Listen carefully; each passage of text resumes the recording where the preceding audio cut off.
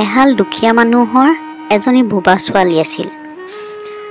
বোবা কাৰণে মাক বাপেকে তাইক বৰ ভাল নাপাইছিল। এদিন, ঐ সোনকালে উঠ, তই উঠি পেলাই চাহকণ খা। আজি দেউতাই মানুহজনৰ লগত কথা পাতিছে, তোক সিহঁতৰ ঘৰতে কাম কৰিবলৈ দিব বুলি ভাবিছে।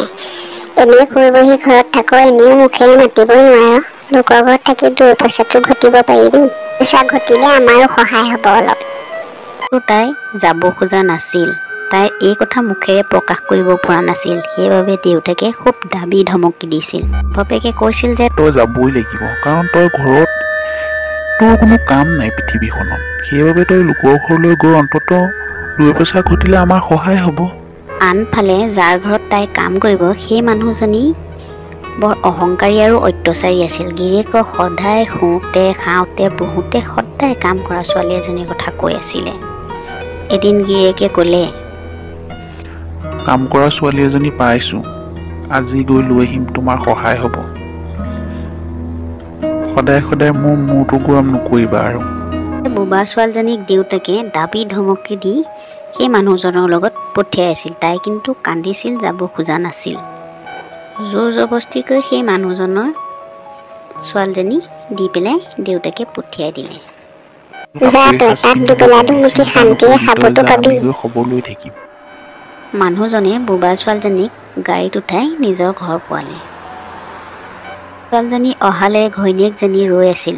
আহিয়ে তাই বোবা ছোৱালীজনীক ক'লে, ইয়াত তই খাম ল'ম বুলি শুই বহি কটালে নহ'ব। আজিৰ পৰাই কামত ধৰিব লাগিব। বাপেৰে দৰমহা চিষ্টেমত তোক ইয়াত ৰাখিছে। ফ্ৰীকে ৰাখিব ইয়াত নোৱাৰো নহয় আমি। সেই এইফালে পকাখন ভালকে মুচ।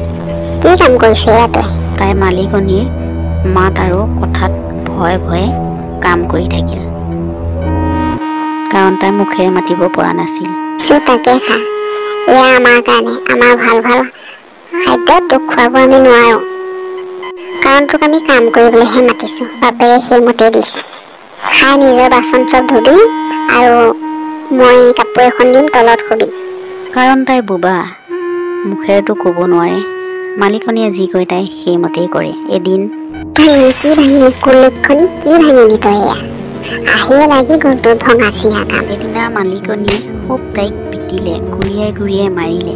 মাৰি তাইক ঘৰৰ বাহিৰ কৰি দিলে আৰু দৰ্জা বন্ধ কৰি পেলাই তাইক সেই ৰাতি বাহিৰতে শুব দিলে। কুলক্ষণি, আহিয়ে কাম বহালে, বাহিৰতে থাক আজি। বাহিৰত তাই নিয়ৰ আৰু ঠাণ্ডাত সেই ৰাতি তাই বাৰাণ্ডাতে শুলে। পাছদিনাখনি তাই ভিতৰলৈ আহোঁতেই বেহুচ হৈ পৰি গ'ল। আগদিনাখনি মালিকনীৰ গুৰ আৰু লাট, চৰ, আনফালে ঠাণ্ডা, বেহুচ হৈ গ'ল তাই। মালিকনী দুইটা শোৱাপাটিত বহিছিলেহে ঘপককৈ উঠি তাইক আচৰিত ধৰণে চালে। কি হ'লি?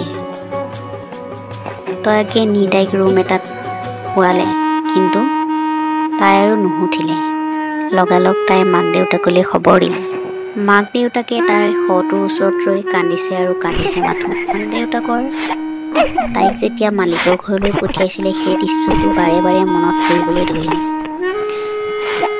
বোবা ছোৱালীজনীয়ে ঘৰৰ পৰা যি ওলাই আহিল, দ্বিতীয়বাৰ আৰু ঘৰ নোসোমালে। ছোৱালীজনী বোবা আছিল, কিন্তু সেইটো জানো কাৰোবাৰ পূজা আছিল? ভগৱানে যাক যেনেকৈ সৃষ্টি কৰে, তেনেকৈয়েতো পৃথিৱীখনত থাকিব লাগিব। এই কাহিনীটো মাত্ৰ এটা উদাহৰণ।